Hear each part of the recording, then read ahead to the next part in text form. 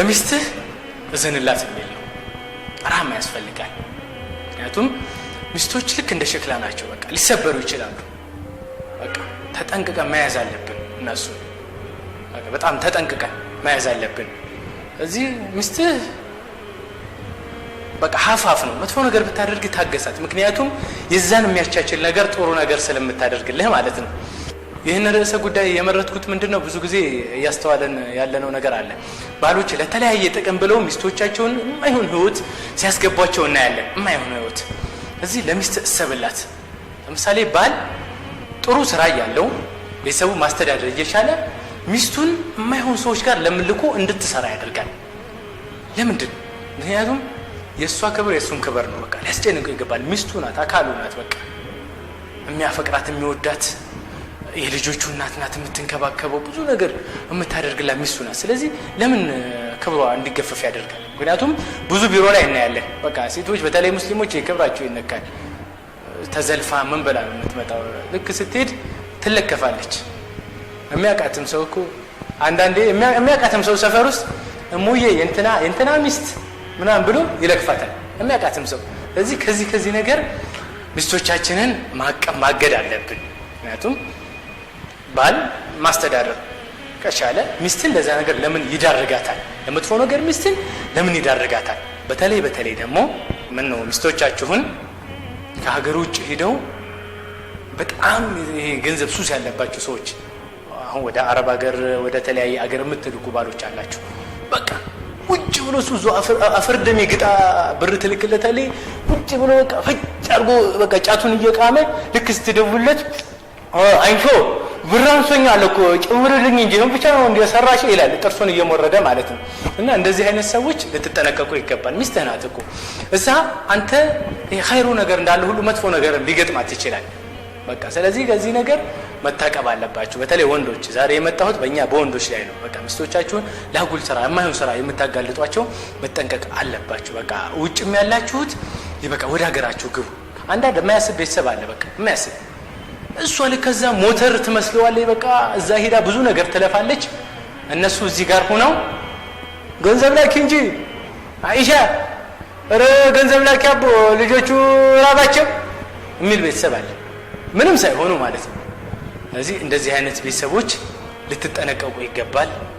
ለልጆቻችሁ ለሚስቶቻችሁ ማሰብ አለባችሁ። ልጆችም ያላችሁ ግዴታ ለሚስቶች ብቻ አይደለም፣ ልጆች ያላችሁ ራሱ መጠንቀቅ አለባችሁ። ልጅህን አጥቆ ስንት ነገር ለፍተህ ያሳደግካል ልጅ ለምን እንደዚህ አይነት ነገር እንዲላ ታደርጋለህ? ብዙ ጊዜ ኸይሩን ብቻ አይደለም ማሰብ ያለብን፣ ብዙ ነገር ያጋጥማቸዋል። እዛ ሀገር ሄደው የተለያየ መጥፎ ነገር ያጋጥማቸዋል። የዛን ሰዓት ተጸጻች ትሆናለህ። ስለዚህ ውጭ ያላችሁም እህቶች ይህን ነገር ማሰብ አለባችሁ፣ መጠንቀቅ አለባችሁ። እዛ ላይ ደግሞ ይበቃል ለዱንያ ብላችሁ አይደል እዛ የምትለፉት እስከ መቼ? ቆይ አንድ አመት ልጨምር፣ ኧረ ቆይ ነይ ቶሎ እንጂ ይላል። በቃ አሁን ጥሩ ባልም አለ በቃ ማለት አስገዳጅ ሁኔታ ገጥሞት የላከ ሚስቱን ኧረ ናፍቅሽኝ አቦላላህ ብለሽ ነይ ቶሎ ሁሉም ይቅርብኝና ይላል። እሷ ግን እዚህን ሰዓት ቆይ መሐመዱ አንድ አመት ብቻ አንድ አመት ልጨምር። አንቺ አንድ አመት ልጨምር ስትይ ከእድሜሽ ላይ አንድ አመት እየተቀነሰ ነው። አንድ አመት በጨመርሽ ቁጥር አንድ አመት እየተቀነሰ ነው። አንቺ ልጨምር ያልሻቸው ጊዜያቶች ከእድሜሽ ላይ እየተቀነሱ ነው። ብዙ ነገር ይባክንብሻል፣ ብዙ ነገር ታጫለሽ፣ የተለያየ ነገር በቃ እዚህ ጋር የምታገኛቸውን ነገሮች ታጫለሽ። በቃ ትዕግስት ታግሶ ሰው እኮ ሲበቃው በቃ አንቺ በኋላ መጀመሪያ ያበላሸሻቸውን ነገሮች ተመልሰሽ መጥተሽ ማስተካከል ይከብድሻል። ስለዚህ ይበቃ በቃ እዛ ያላችሁት ሰዎችም ማሰብ አለባችሁ። ብዙ ህይወት እኮ አለ፣ ገንዘብ ብቻ አይደለም ህይወት። ስለዚህ ልጆቻችሁን የምትልኩ ቤተሰቦች፣ ሚስቶቻችሁን የምትልኩ ባሎች፣ እህቶቻችሁን የምትልኩ ወንድሞች እሰቡላቸው።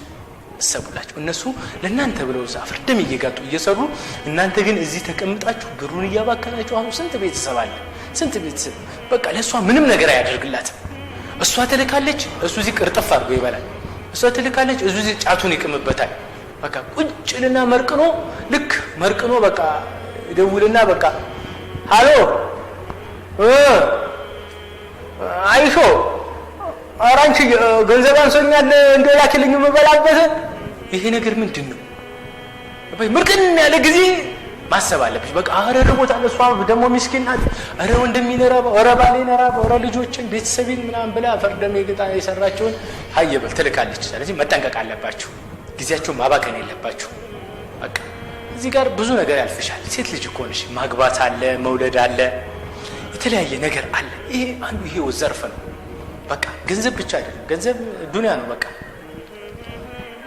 ብዙ እነዚህ ህይወት ውስጥ ያሉ ባሉት ነገሮች ገንዘብ ልታመጭ ትችላለሽ። በገንዘብ ግን እነዚህ ህይወትን ሊያጣፍጡ የሚችሉ ነገሮችን አታመጭም። ልጅ አታመጭም። እንደዚሁ ያላገባችሁ ሰዎች ደግሞ ባል በገንዘብ ልታገኛት ትችል፣ የፈለግሽውን ያህል ገንዘብ ትበይ፣ ልጅ በገንዘብ ልታገኛት ትችል። በጊዜሽ ነው። በቃ በጊዜሽ በቃ ሰበብ አድርሰሻል፣ خلاص ያለው ነገር ይበቃል። አትሽ እዚህ እናቶች፣ ስንት እናቶች የሚያለቅሱ እናቶች አሉ። በቃ ልጆቻቸው በቃ እየናፍቋቸው። ስንት የሚያለቅስ አባት አለ። ኧረ አትደውልልኝም፣ ኧረ ድምጿ ጠፋብኝ፣ ኧረ የውሃ ሽታ ሆነች። ለምን ይሄ ይሆናል? እንደዚህ አይነት ነገር አያስፈልግም። ለቤተሰቦቻችሁ ደውሉ። አለን እንደዚህ ነው ያስባል፣ ቤተሰብ ይጨነቃል። በቃ ያላገባችሁ ደግሞ ሰዎች እዛ ያ ምንም ላይፋ ያ ባል አይሆንሽም። ገንዘብ ብትከምሪ ባል አይሆንሽም። ገንዘብ ብትከምሪ ልጅ አይሆንሽም። ምሳሌ ቂራአት መቅራት አለብን። እዚህ መተን ዲናችንን ማወቅ አለብን። ዲናችንን ማገልገል አለብን። ለቤተሰቦቻችን ቦታ መስጠት አለብን። ባል ያላችሁ ለባላችሁ ቦታ መስጠት አለባችሁ። ልጆች ያላችሁ ለልጆቻችሁ ቦታ መስጠት አለባችሁ። ይናፍቃል እኮ አንቺ ገንዘብ ብትልኪለት እኮ ገንዘቡ እኮ ሚስት አይሆነውም ለባልሽ። አንቺ ገንዘብ ብትልኪለት እኮ ለልጅሽ ገንዘቡ እናት አይሆነው። አንቺ ለእናትሽ ለአባትሽ ገንዘብ ብትልኪላቸው ለነሱ ልጅ አይሆናቸውም ያ ገንዘብ። ስለዚህ ይበቃል። እስከዛሬ ያጠፋችሁ ጊዜ ይበቃል። 1 አመት 2 አመት 1 ወር 2 ወር እያላችሁ ጊዜያችሁን አትግደሉ ለማለት ነው። የኢቅራ ትውልዶች ገና በጠዋቱ ያኔ በጅማሬው ዘሩ ሳይዘራ ሳያበበን ፍሬው ነበርኮ ያኔ ወርቁ ተጠንስሶ የቅኔውን ፍቹ። አዎ በዛ ድቅድቅ ጀንበር በሌሊቱ ድባብ ግዙፍ መላኢካ ኢቅራ ብሎ አንብብ ጭምቅ ሲያደርገው ብሎ መለሰለት እኔ አልችልም ማንበብ። እኔ ማንበብ አልችል አይደለህ ተማርኩ እንኳን ላነብህ ፊደላትም አልጻፍኩ። ያኔ ሲታወሰኝ ዛሬ ለኛ አዘንኩ ለአንብብ ትውልድ ለሊቆች ተከታይ ሁሉ ተገልጾለት ለሆነው ቃላባይ ተልኮ ለረሳ ተገዢ ለሆነው ለዚችው አማላይ። አይ አንቺ ዱንያ ስንቱን አስረሳሽን በራሳችን ግዛት ፊት ነስተሻራክሽን ባለ ርስቱ ነሽ ንግስና ነፈክሽን የሽንፈት ክንብንብ ካባ ለበሽን ባለ መጽሐፍ ባለ ትርጉም የጥበባ ሚስጥር ለዛው ባለ ቀለም ዳግም ማይሰበር ማብቂያው ለዘላለም የጀሊል ውድ ቃል አረ እንጠቀም። እናም መልእክቴ ነው የኃያሉ ቃሉን ያኔ ሳይነሳ ሩቅ ሳይሆንብን ወይ ጥፋቴ እንዳንል ነዳማ እንዳይዘን